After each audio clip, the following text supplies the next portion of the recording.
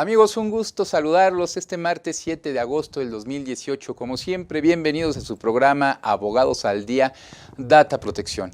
Amigos, hoy vamos a tener un tema que hemos tocado en otros programas, tal vez de manera un poco técnica, con invitados ingenieros, tal vez un poco legal, con algunos abogados muy metidos en lo legal. El día de hoy vamos a tener un programa muy práctico, dirigido, o el título va dirigido a las pymes, pero realmente pudiera aplicar para grandes empresas, para personas físicas, para cualquier persona. Vamos a hablar de ciberseguridad en las pymes, pero desde un punto de vista práctico y de su aplicación legal en el entorno que nos rodea. Para dirigir el programa, pues obviamente su servidor Mario Gómez, y me voy a encargar de darles diferentes tips para que puedan llevar ustedes a buen término la seguridad de su empresa en este tiempo del entorno digital. En unos momentos más nos acompañará el licenciado Joaquín Elizalde, de hecho viene llegando en estos momentos, y partiremos a platicar sobre este tipo de temas. Vamos a empezar un poquito platicando qué es la ciberseguridad. ¿O qué concepto se podría tener de la ciberseguridad? Amigo, bienvenido. ¿Cómo estás? Un gusto. Muy bien, gracias. Qué bueno. Una disculpa porque el tráfico está espantoso fuera de... El tema de vivir en la Ciudad de México, no podemos escaparnos de esos temas, no te preocupes, bienvenido amigo. Ya hicimos la presentación y bueno, les comentaba, vamos a ver la ciberseguridad en un concepto para pymes, vamos a verlo desde un concepto para personas físicas, pero que abarca todo el entorno empresarial. Puedo decir que la ciberseguridad pues, no es nada más que la seguridad en el entorno digital.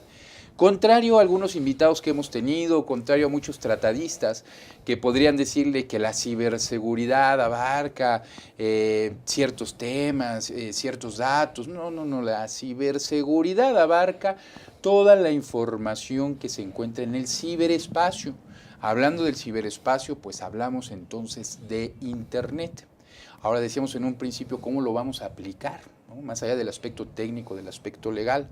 Pues lo vamos a aplicar de la siguiente manera. En todas las empresas existe un ecosistema digital enfocado algunos para Internet y otros no. ¿Cómo decimos que unos sí y otros no? Existen empresas que tienen proveedores de nube, sí, en Internet, pero hay otras que tienen intranet, que son sistemas de redes internos dentro de las empresas y que no tienen relación con Internet. Entonces me preguntaban ustedes, oiga, ¿y esto es ciberseguridad? Claro, porque es una red interna. A lo mejor no como tal en Internet, pero estamos protegiendo una red interna. ¿Cómo debemos protegerlo? Vamos a dar ejemplos desde el punto de vista legal, desde el punto de vista técnico, que a fin de cuentas va de la mano. Y es obligación de nosotros como abogado conocer estos términos. ¿Por qué? No podemos proteger a una empresa legalmente si desconocemos su accionar día a día. Los abogados, las funciones de los abogados han cambiado, nos hemos convertido en asesores, nos hemos convertido consejeros, nos hemos convertido, como ustedes gustan llamarlo, de la empresa del día a día. Esta evolución se ha dado de acuerdo con las tecnologías de la información. ¿Estarás de acuerdo, amigo? Por supuesto, el abogado hoy es necesariamente debe conocer el ecosistema que ya, dependiendo del sector de la empresa que estemos asesorando, y sobre todo conocer el sector de las TIC, de las tecnologías de información y comunicación, en virtud de que ahí derivan todas las consecuencias jurídicas que pueden repercutir dentro de la operación de la empresa. Claro. Y la ciberseguridad, por supuesto, de la información en su sentido más amplio, pues implica diversas áreas jurídicas que hay que atender. Claro, tienes toda la razón. Podemos decir que podemos dividir en el aspecto de las pymes, que es el primer término del que vamos a platicar, en tres partes la seguridad interna de la empresa. Por lo regular, pues hay un área encargada de lo que es el área financiera, el área que se encarga de facturar, de llevar los controles de entrada y salida. Ese es un primer punto. Segundo punto también, y no menos importante que el primero, simplemente es un orden de ejemplo, es el de recursos humanos. ¿sí? Estamos el lado financiero y el área de recursos humanos. Y un tercer punto, estamos hablando del área comercial. Cada uno tiene sus propias particularidades o peculiaridades. El primero, pues estamos hablando de facturación, datos financieros, datos sensibles, cuentas por cobrar, datos, información relacionada con la entrada y salida de activos económicos de la empresa. Al hablar de recursos humanos, estamos hablando de la información sensible, no solamente de datos personales, sino de información en general de los empleados de manera interna, de cómo se maneja y se administra la empresa, tomando en cuenta que las pymes no tienen muchas veces un área de administración y otra de empresas, ¿no? Sí, claro. Sino que conjugan este mismo en un solo departamento, aunque bien pudiera dividirse en cierto caso. El tercero, al hablar de manera comercial, muchas veces no tomamos en cuenta o creemos que no cuentan con información privilegiada los vendedores, pero son los que tienen la información más importante. ¿Por qué? Es el primer contacto que tiene una persona ajena a la empresa con la empresa, sea cliente, cotizador, lo que ustedes me digan. Y muchas veces en este primer contacto se empieza a recolectar información como son nombres, teléfonos, datos de tarjeta de crédito, lo que ustedes gusten. Como podemos ver, estas tres áreas de la empresa pues son sumamente importantes porque generan vínculos jurídicos que se tienen que cumplir. Estamos hablando de información que tiene un vínculo jurídico, que tiene una obligación por qué cumplir por parte de la empresa, como nos contaba el licenciado Lizalde. ¿Estarás de acuerdo, estimado amigo? Es una cuestión relevante el determinar sobre qué tipo de información está operando la pequeña o mediana empresa y determinar qué tratamiento se le va a dar. Así es. Desde contratar, por ejemplo, un servicio en la nube, ver si el proveedor de ese servicio, qué medidas de seguridad tiene implementadas para la operación, ya sea de una plataforma, de una infraestructura, de un software, o si es una relación de carácter laboral o una relación de carácter comercial. Todo implica información que es el valor intangible hoy por hoy, susceptible de protección a través de las medidas de ciberseguridad que ya nos comentarás, que tú eres experto en la materia y que pues conoces el ámbito de las tecnologías de información y cómo es necesario ahora la presencia en estos medios de telecomunicación como es Internet de la empresa para realizar un comercio electrónico sano, ¿no? Y que se cumplan las finalidades de los modelos de negocio que las pymes tienden a desarrollar en Internet. Claro, no, completamente de acuerdo, amigo. Y ya que tocabas el tema de cómputo en la nube, que bien nos dejas el por qué, el decidir si se tiene o no un proveedor, vamos a darles algunos tips. Uno de los tips principales que tenemos que tomar en consideración antes de contratar a un especialista, a una empresa de cómputo en la nube, es ver dónde se encuentran sus servidores y si es un proveedor directo o indirecto. ¿Por qué situación? Nos ha pasado en el despacho, esto es algo del día a día, les hablamos de cuestiones que se generan constantemente, que muchas veces se hace el contrato, esto sobre todo ocurría en el inicio que aparecía el cómputo en la nube, ya ha cambiado por las cláusulas jurídicas, pero se decía, a ver, yo te guardo la información, sí, no te preocupes, va a estar muy a salvo mía, yo soy proveedor de tal empresa que se encuentra en Rusia, ok, sin ningún problema te firmo el contrato, pero la empresa llegaba a tener algún problema y ya no podía pagar, ¿no? ¿Y qué era lo que sucedía? La empresa proveedora del servicio secuestraba la información. ¿Por qué? Porque le cerraba la llave. Hacía que con esta situación no se tenía acceso por parte de la empresa a la información. A su información. A su información. Y esto es destructivo. Entonces debemos nosotros en los contratos, nunca debemos anteponer que se pueda cerrar la información en caso de que no se llegue a pagar. Además de que es un delito por parte de la empresa que lo hace, porque son datos que no le corresponden ni a la empresa, en muchos casos son datos personales, ni al proveedor de servicios en la nube. El segundo recomendación o segundo tip es que escojan bien la territorialidad. Es decir, si nosotros vamos a firmar un contrato, primero veamos si es un proveedor directo. Si no es proveedor directo, bueno, ¿cuál es la empresa a la que este proveedor le alquila sus servicios? Porque si esta empresa tiene algún problema con la otra empresa, va a afectarnos a nosotros. ¿Y en qué países se encuentra? Tercero, tenemos que tener una cláusula en la que nos indique en caso de litigio dónde se va a llevar a cabo el litigio o en su caso la mediación. Y tenemos siempre que puntualizar que debe ser en México, porque de otra forma no podemos llevar un litigio, sería muy costoso y muy difícil de llevar en caso que se llevara en algún otro país. ¿Estás de acuerdo, estimado Sí, amigo? hay una opción de un medio alternativo de solución de controversias, pues que tú conoces bien. Claro. La mediación es un buen instrumento, al igual que el arbitraje. Pero debemos ser muy cuidadosos al establecer los pactos de cómo se va a determinar la competencia y la jurisdicción para la resolución de disputas derivadas de este tipo de servicios. Porque en muchos de los casos lo que hay son contratos de adhesión, en virtud del cual el proveedor del servicio de cómputo en la nube, pues ya establece cláusulas innegociables mediante las cuales se establece este tipo de cuestiones. Claro. Pero si es un contrato negocial susceptible de establecerse por las partes, los tipos de acuerdo que pueden llegar, sí puede establecerse como un medio alternativo de solución de controversias, precisamente la mediación y el arbitraje, a fin de dar celeridad. A veces es cuestionado el costo del arbitraje que depende del cumplimiento de las partes a este tipo de cláusulas. Entonces, pero sí es mucho más sencillo normalmente escoger árbitros que conozcan el sector o la industria para determinar y resolver este tipo de disputas. Y otra cuestión importante que me llamó mucho la atención de lo que nos comentabas, Mario, es determinar si hay es un outsourcing que nos va a prestar el servicio de cómputo en la nube o va a ser un proveedor directo de este tipo de servicios, ¿no? Claro. Eso es importantísimo por las repercusiones, la relación jurídica que tenga el intermediario con el proveedor directo, pues necesariamente va a repercutir en el usuario final, que en este caso son las pymes.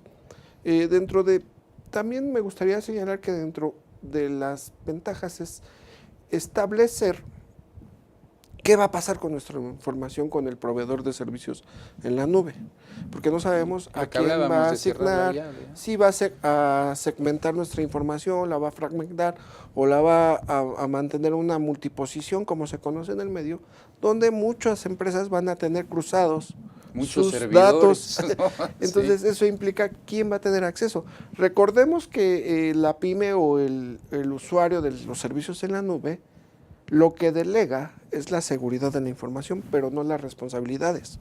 Al final, la empresa que recaba los datos, que hace el tratamiento, es el responsable directo de este tratamiento de datos. Siempre y cuando, como te dices, pero siempre y cuando no cumpla con lo establecido en la Ley Federal de Protección de Datos Personales en posesión de particulares y con lo que y no incumpliendo las leyes del Código Federal Penal de Procedimientos Penales, ¿no? Código Nacional. Código Nacional de Procedimientos Penales en relación a los mensajes, ¿no? Y también al cumplimiento de la ley, y no solamente federal, de la ley general también, porque con un buen cumplimiento podemos deslindar en un momento dado y hacer responsable al proveedor. Pero de esto vamos a platicar porque no es tan sencillo, ¿no? Cualquier proveedor internacional va a cumplir con la legislación de todos los países en los que los vende. Si nos permite, regresamos en un momento. No se vayan. Muchas gracias.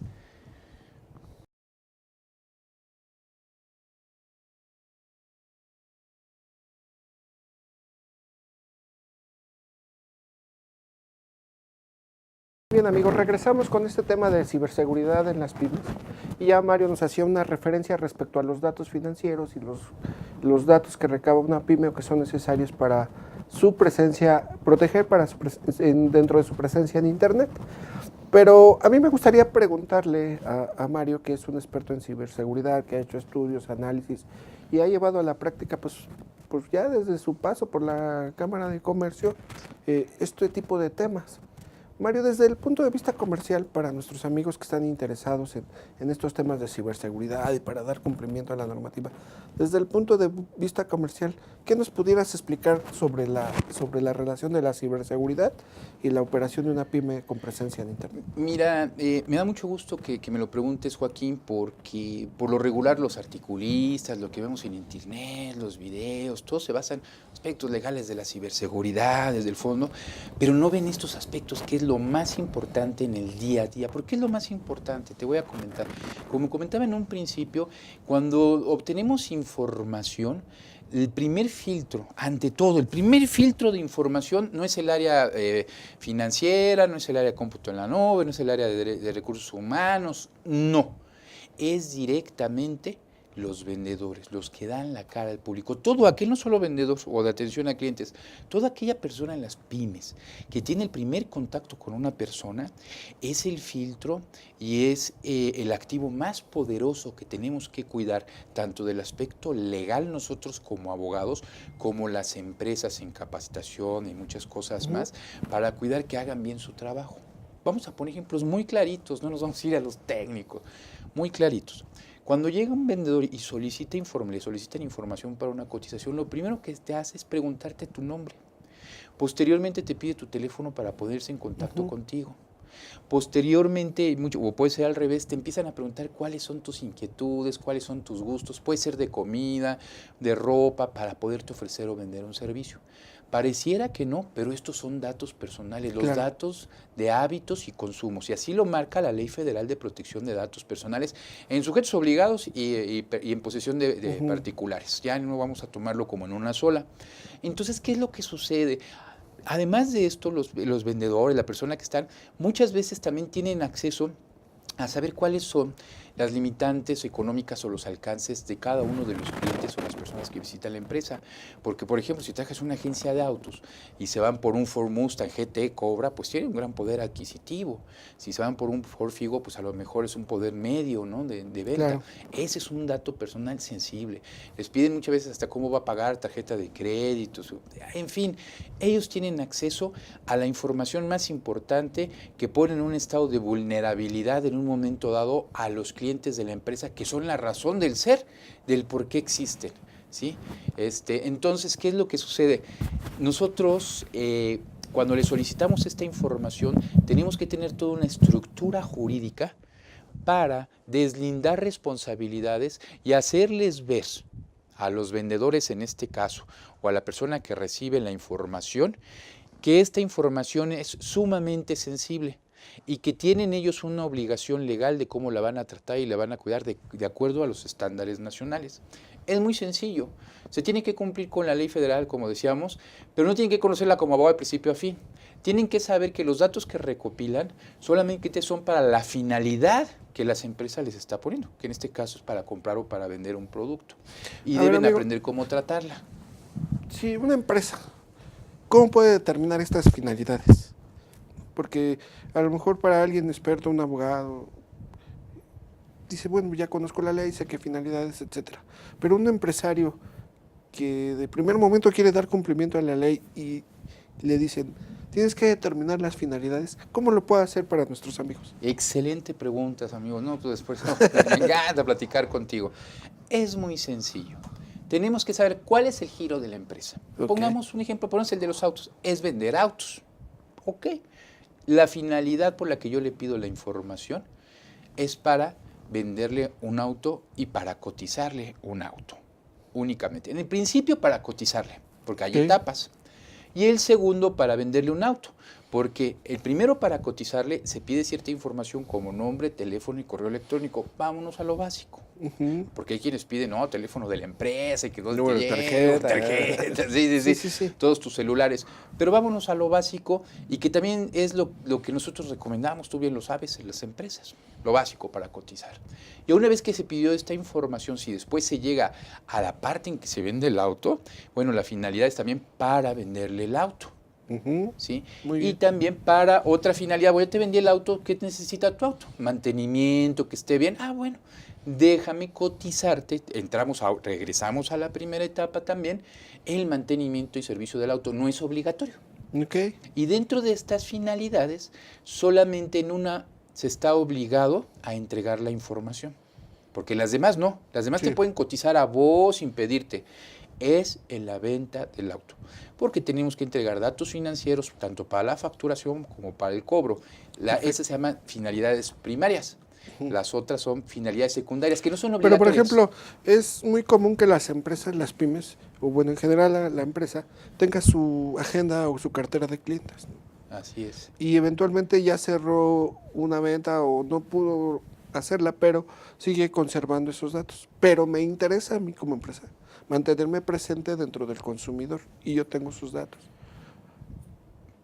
¿Qué tipo de finalidades para yo poder continuar o dar seguimiento a este tipo de clientes? ¿Son iguales esas finalidades o son otras? No, son otras, porque la cotización, como decimos, pues es algo técnico, Ajá. es un precio, está. Esa sería una primaria. Esa sería, no, una secundaria. Ok, Cotización, perfecto. porque aún sin que nos den la cotización, yo le pregunto, ¿cuánto cuesta? 180, no quiero saber nada. Ah, te lo compro, ahí sí nos vamos a, ¿quieres vendérmelo? Entonces sí me tienes que dar toda esta información. No, en este estamos una finalidad secundaria. Es una finalidad de mercadotecnia y publicidad. Bueno, tú Exactamente. eres experto más que yo en esos temas, de publicidad, mercadotecnia, todo esto. ¿Qué es lo que sucede? Es una finalidad secundaria. Si yo ya te vendí el auto y tú no quieres que yo me ponga en contacto contigo, en el primer contacto que yo hago, te voy a decir, ¿sabes qué? Bórrame de tu lista, no quiero que me Ok, vuelvan a llamar. perfecto. Y las empresas, dos cuestiones, sobre todo de autos, tienen una muy buena práctica que tienen listados de exclusión, que ponen un listado toda la gente que no quieren que se pongan en contacto con ellos y después de un tiempo la eliminan conforme marca la ley.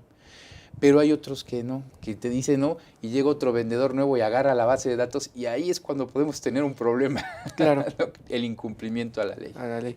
Perfecto, amigo. Entonces hay necesidades primarias, que es para el negocio principal que voy a realizar con el titular de los datos personales. Y la secundaria, a efecto de hacer actos de publicidad, promoción, mercadotecnia, etcétera, que esos deben de quedar establecidos del primer momento en que hago el recabo de estos datos, ¿no? Así es. ¿Qué más nos puedes decir respecto al aspecto comercial? ¿Qué más debe cuidar una pyme para salvaguardar la información de sus clientes? Claro, de antemano están obligados a, siempre que tengan el primer contacto, lo primero que se debe hacer es poner el aviso de privacidad a disposición. Ujú. ¿Qué esto qué es? Podemos tener un pequeño aviso de privacidad corto, hay tres tipos de privacidad, Sí, sí, el sí. corto para ponérselo, o podemos indicarle si otros a la mano, quiere conocer nuestro aviso de privacidad integral, lo tenemos en tal lugar. Ojo, como tú bien sabes, pero quiero que sepa nuestros televidentes, no están obligados a que lo lean. Con que ustedes se lo pongan enfrente, ya si él lo quiere leer, es cosa suya. Si ustedes le dicen, ¿dónde está el integral? Está allá. Si lo quieren leer, ustedes ya cumplieron dando la información dónde se encuentra el aviso de privacidad. Hay otra cuestión, muchas veces por inseguridad ponemos cámaras. Ujú. Y están cámaras de que vas a entrar a una tienda, una ferretería, una Lo que fuese. tlapalería, uno de autos, y lo primero que uno son cámaras. Bueno, déjenme decirles que sí es posible poner cámaras siempre y cuando se especifique, tengan un letrero de aviso de privacidad corto, Un que aviso. lo deben tener Ujú. las mismas cámaras o en algún lugar debe estar, donde se indique para qué se está filmando. Esto es, si es por seguridad y en el aviso de privacidad se tiene que poner que se cuentan con estas cámaras y el por qué se cuentan con estas cámaras. ¿Por qué? Porque la imagen es un dato personal cuando se vincula, por ejemplo, si entran a una tienda y piden información, pues se vincula tanto su imagen con su nombre y eso provoca un dato personal sensible en muchos Claro. casos. Muy bien, amigo. Eso me parece muy, muy interesante respecto de la parte comercial con el uso de los datos.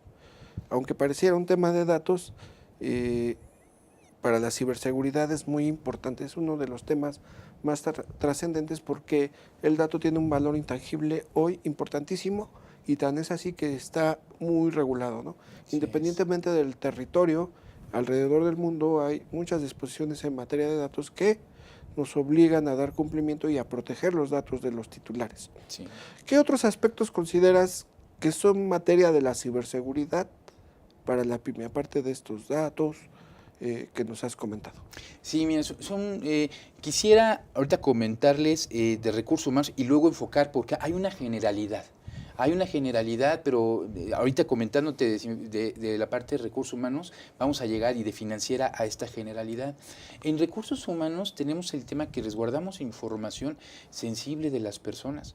Cuánto ganan, datos financieros, qué enfermedades tienen, cuántos hijos tienen, dónde viven, qué tipo de tarjeta de débito tienen, en qué trabajos han estado, en muchos casos si estuvieron en la cárcel o no, esta información. Increíble, uno va a la papelería y saca una solicitud de empleo y te preguntan qué religión eres, perteneces a un sindicato, cuando es información privada que no deberíamos darla a conocer ni la deberían de exigir. Claro. Y sin embargo, sobre todo en las pymes, que muchas no han dado ese cliché, esa vuelta, solicitan estos solicitudes y guardan esta información. Vámonos a este que es lo más delicado, de ahí se parte para lo demás, ¿no? Para la buena práctica. Bueno, nosotros si estamos almacenando primero como recursos humanos información de qué sindicato o de qué religión tienen, pues estamos incumpliendo. Ahora, nos están dando en papel, pero resulta que ellos la capturan. lo capturan todo en sistema. Ya los archivos de papel que existían antes ya no los manejan ni las pymes, porque prefieren ese metro donde tenían los papeles, pues tener una computadora y más espacio para trabajar. Entonces, ¿qué es lo que sucede? Llega cualquier persona, ¿quién tiene acceso a la...? No, pues el jefe de recursos humanos, pero él tiene un asistente. Y el responsable pues, es recursos humanos. Y un día el asistente se enoja y sabes que yo me voy a cambiar de empresa, ya no quiero estar aquí. Es más, me voy a ir a vender a Afores, me ofrecieron vender a Afores. ¿De dónde puedo sacar una base de datos? Pues ahí tiene una base de datos, vale dinero, es un activo económico. Va, mete una USB, baja la información y nos vamos. Se da una brecha de seguridad. Exactamente, entonces, a ver, ¿cómo? Otra cosa, te dan tu contraseña y como no te la aprendes, la pones en un post-it. Junto al teclado. Sí, te vas al baño, regresas y cualquiera se mete. A ver, estamos aquí viendo precisamente brechas de seguridad que ponen en un estado de vulnerabilidad a la empresa. Son cuestiones que se deben corregir. ¿Cómo las podemos corregir? Pues un poco de ingeniería social, poniendo políticas de seguridad de la información. Esto es, evitando prohibir los post-its en las computadoras, haciendo responsable por escrito, esta es tu computadora, y lo que le ocurre es la información de esta computadora, tú eres el responsable. Determinar, bueno, nosotros lo hacemos al día, mi estimado Joaquín, determinar responsabilidades. Esto es muy importante, porque la seguridad de la información es un aspecto, la ciberseguridad, pero es lo mismo. Entonces, si en un momento dado se incumple con esto, hay algún empleado desleal, se deben fincar responsabilidades. Desleal o negligente, ¿no? O negligente, que no sabemos qué es peor. ¿No? En este aspecto, sí me gustaría que nos explicaras. Imaginemos este caso. Un empleado hace un uso que no está autorizado en el contrato laboral que tengo firmado con él, lo que sea. ¿Qué pasa? ¿Sigue siendo... la empresa sigue siendo responsable de ese uso, digamos, ilegal que hizo el empleado de la información o no lo es? Si ¿O no para qué me sirve el contrato si al final es un documento que sí firmó pero no lo respetó el empleado? Muy bien, muchas gracias. Tenemos justo el tiempo preciso. Es negligente la empresa y es un delito. No, es eso definitivamente. Infracción y delito. Es infracción y delito, lo podemos ver por las dos partes, depende de cómo quieran que lo veamos. ¿No? Definitivamente. Y si se tiene el contrato y aún así incumple el empleado, bueno, lo que sí puede es descargar responsabilidad y fincarle responsabilidad al empleado, y este empleado puede tener responsabilidad tanto penal, administrativa, civil, por varias vías. Porque aquí no estamos hablando de empleado desleal, aquí estamos hablando ya de abuso de confianza y de muchos otros temas, incumplimiento de contrato, etcétera. Pero si quieres, ahorita que regresemos del comercial, seguimos platicando. Perfecto. Regresamos, amigos. Gracias.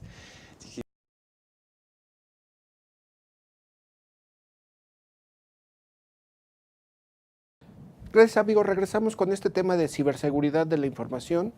El maestro Mario nos comentaba respecto al tratamiento que se va a hacer de los datos personales y cómo una empresa debe establecer unos mecanismos de políticas, términos y condiciones mediante el cual se determine el tipo de finalidades y primarias y secundarias que deberá darse al tratamiento y los datos que se van a recabar. También nos hacía hincapié respecto al área de recursos humanos y cómo un empleado, abusando de la confianza que se le da o negligente respecto al tratamiento de datos que realiza, cómo puede incurrir en algún tipo de infracción administrativa o un tipo de delito. Y me gustaría que nos siguieras comentando respecto a estos temas para nuestros amigos. ¿Qué podríamos decirle para tratar de eliminar estas brechas de seguridad? Claro, mira, el tema que tocas de los contratos me agrada mucho porque muchos especialistas en ciberseguridad o en protección de datos personales, etcétera, pues se basan únicamente en las herramientas que nos proporciona la ley, derechos ARCO, cómo respondemos. Pero a ver, pensemos como abogados y en beneficio de la empresa, que es lo que hacemos nosotros, ¿no? Ok, vamos a dar el cumplimiento, sí. Pero bueno, además de ese cumplimiento se le pueden poner otro tipo de, digamos, candados a la información. Ya estamos hablando de seguridad de la información, los aspectos técnicos y legales. Ahora vamos a dar un poquito en el aspecto de los contratos laborales.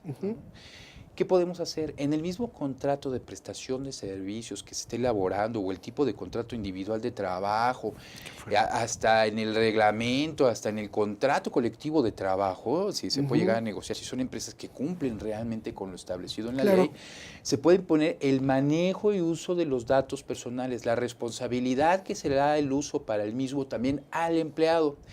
Seamos sinceros, tal cual la ley no contempla una infracción al empleado como tal, pero sí existe el Código Nacional, precisamente de procedimientos penales, sí implica el hecho de enviar información por estos medios sin consentimiento de la empresa y se pueden poner otro tipo de infracciones de acuerdo a lo que marca la Ley Federal del Trabajo por el incumplimiento de la actividad que se está solicitando por medio del contrato.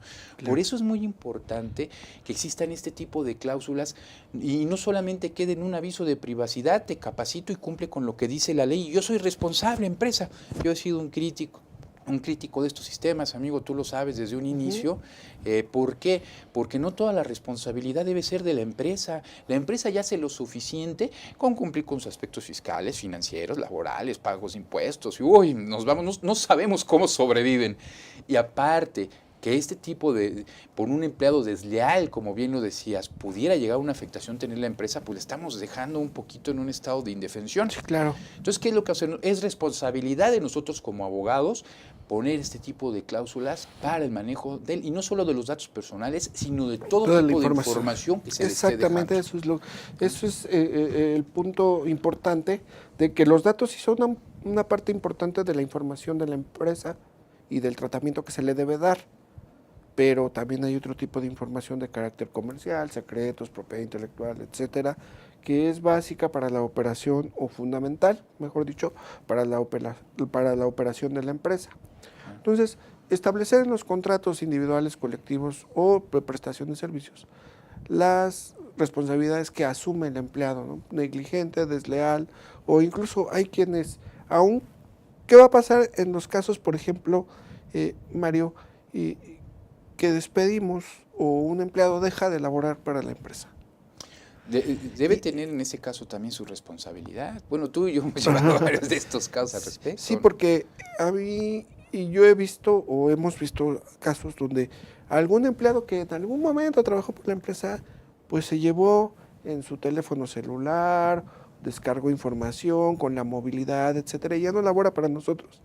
Pero de repente llega alguna queja de algún titular de datos respecto a que se está haciendo un tratamiento no autorizado, ¿no? Sí, claro, y lo dices bien, y qué bueno que lo refieres en datos, porque no todos datos personales, y menos en seguridad de la información. Sí, es un activo muy importante, pero como bien dices, es la información, es un dato de la empresa. Mira, si ocurre, y tú lo sabes muy bien, muy seguido este tipo, ¿qué es lo que se debe hacer? Se debe deslindar. Primero debimos haber visto que tuviera una cláusula de protección de la información, y en protección de la información pues poner información, activos económicos, intangibles, etcétera, el know-how de la empresa y los datos personales recabados mientras se elaboró ahí. Ahora, se va esta empresa, pasa, ¿qué te gusta? ¿1 año, 6 meses? Sí. Y empieza a hacer uso de esta información.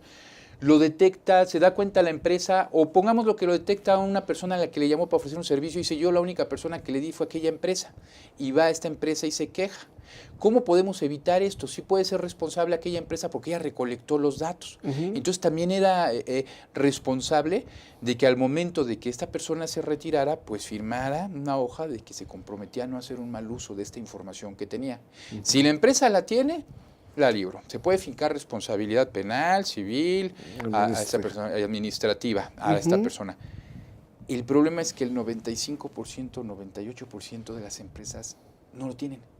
El abogado que les elaboró los contratos no pensó en este tipo de cláusulas, no llegó más a fondo. Entonces, ¿qué es lo que sucede? Ahorita que está tan en boga denunciar ante el INAI, y no solo el INAI, por la vía penal, por el robo de datos, por la vía administrativa, por la vía civil, pues no va a haber un documento que acredite que esta empresa se hizo responsable y evitó su responsabilidad por medio de estos mecanismos, ¿no? Al haber sido empleado. Sí. Por eso es tan importante esta información. Y tú ahora, bueno, son fenómenos que se van suscitando. Como medida preventiva, ¿qué les sugerirías a nuestros amigos para evitar este tipo de consecuencias? Establecer, se me ocurre, ¿qué tan viable es establecer, por ejemplo, si deja de elaborar, primero que nada restringir qué información, ¿no? ¿Tú qué piensas de eso?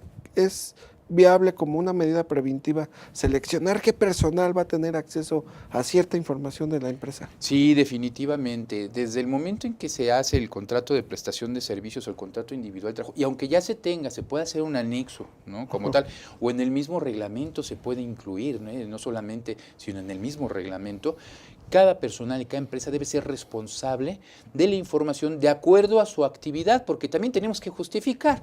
No le vamos a dejar a una recepcionista, ella es la encargada del área financiera de la empresa, porque puede darse el caso, ¿no? Ha habido malos manejos, malos casos, no. Debe estar acorde al nivel profesional, al nivel de experiencia y al tipo de actividad, se le debe responsabilidad del uso y de la información de cada una de las actividades que realiza. Un ejemplo, el encargado de recursos humanos debe estar encargado de toda esa información única y exclusivamente. Si tiene un asistente, ¿cuál es tu lugar como asistente? Verificar la nómina. Pues tú únicamente vas a tener acceso a la nómina. Tú vas a ser el asistente para pruebas psicométricas, únicamente información a pruebas psicométricas. Y así vamos deslindando información. Y en un momento dado que se filtre esa información, ya sabemos nosotros como abogados y como empresa por dónde se pudo haber filtrado y cómo podemos defender en un momento de la empresa contra este tipo de ataques. Pues son ataques a fin de cuentas. Sí, y esto que me dices también me lleva a otra reflexión. Sería muy bueno establecer de manera metódica un sistema de revisión de quién ha accesado a cierta información dentro de nuestros sistemas. ¿Tú qué piensas? ¿Sería posible, viable? No, Y sí. digo, como costoso o no costoso. ¿Cuál Mira, es tu experiencia al respecto? Mira, la experiencia, si son pymes, micros, muchas veces trabajan con intranet y muchas veces el intranet te pide una clave para poder accesar y puedes accesar a muchas áreas. Por ejemplo, un vendedor, lo que yo veo en unas tlapalerías de esas grandes, o bueno, tlapalerías, sino empresas que venden material de construcción, inmobiliarias, hoteles, tienen acceso con su clave al área de facturación, al área de cotización, a varias áreas. Y uno dice, bueno, pues yo voy a voy a robarme la información o voy a sacar la información, pero para poder entrar tienes que meter tu clave. Entonces, hacer responsable que la persona, esta es solamente una recomendación de muchas que debe haber. Sí, Este sí, programa es como el comienzo de muchos, ¿va, amigo? Que vamos a tener. Se puede detectar y es viable. El área de sistemas puede decir qué persona, durante qué momento tuvo acceso a tal información y así se puede deslindar responsabilidades. Ahora, no es lo más recomendable. Lo recomendable es que cada uno tenga exclusividad en su computadora, pero hay áreas donde no lo podemos evitar, como es el área de ventas. En el área de ventas tienen que entrar los muchachos y tienen que estar, entonces ahí sí, tú vas a entrar al sistema con tu clave. Claro. Y vas a saber uno qué información estuvo revisando y es más fácil así poder detectar quién ha hecho uso de esa información y cuántas veces, en qué momento. Sí, y cuando estas personas pues dejen de laborar para nosotros, inmediatamente dar de baja esa cuenta, ¿no? Sí. No dejarla abierta porque pues pueden a distancia haber un filtro en en el sistema de ciberseguridad que ellos puedan acceder a la información importante de la empresa. Sí, ¿no? Y sabes que tocas un tema importante al hablar de las personas. ¿Por qué? La mayoría de los delitos informáticos no se crea realmente con un aparato electrónico, que un hacker se mete, no. Es ingeniería social. Esto es, como bien lo dices desde un principio, es un empleado desleal en la mayoría. Ya me voy, me voy a ir a vender ahora, en lugar de autos, voy a ir a vender motos. No, pues me llevo la base de datos. No, pues me enojé con el dueño, soy el director de finanzas. No, pues ahora no les voy a dar la clave o me voy a llevar la información. En la mayoría, el 99% de los casos, vemos mucho, desgraciadamente, en internet, no, los delitos, los hackers. Pues sí son algunos, pero el otro 99% es ingeniería social. Hemos tenido los casos de robo de identidad, amigo, por parte de los bancos y tanto. Y el tema no es informático, es ingeniería social. Saben cómo llegar a la gente, cómo afectarles. Es una persona que quiere hacer daño. Entonces, la ciberseguridad y la seguridad de la información, que son parte de lo mismo, tiene que ver no tanto con aspectos técnicos, que sí es importante tener antivirus, detectar, dar contraseñas, sino se trata de vigilar, controlar y capacitar a nuestros empleados en cuanto a las responsabilidades que tienen y cómo deben conllevarse dentro de la empresa, junto con la responsabilidad que esto conlleva. Sí, eso es muy importante porque yo estaba leyendo algunas estadísticas respecto a la ciberseguridad del año 2017-2018 y el mayor robo, secuestro o destrucción de información proviene de empleados y de ex empleados de la empresa. O sea, la parte más sensible respecto a la ciberseguridad se da en los empleados y ex empleados de la empresa. Entonces es una cuestión importantísima como un mecanismo de ciberseguridad dentro de la operación natural de la empresa, debe cuidar estos puntos de las relaciones que tenemos con nuestros empleados. Porque incluso hay quienes, incluso estando dentro de la empresa o después de haber terminado un proyecto o de haber trabajado en una empresa, pues incluso se asocian con hackers o con delincuentes cibernéticos a fin de sustraer la información valiosa de la empresa, ¿no? Sí, lo que tanto vimos de secuestrar la información de las empresas. Hace algunos años, ya no es tanto, pero que secuestraban a cambio de Bitcoin, ¿recuerdas? Claro. Vimos algún caso, pero bueno. Sí, bueno, ¿no? además de la exploración natural que hacen hackers de manera aleatoria o azarosa o por cuestiones de azar, de secuestrar información, va identificando brechas de seguridad a través de estos sistemas de malware y software espía, ¿no? Respecto a identificar brechas de seguridad, secuestrar la información y solicitar a cambio el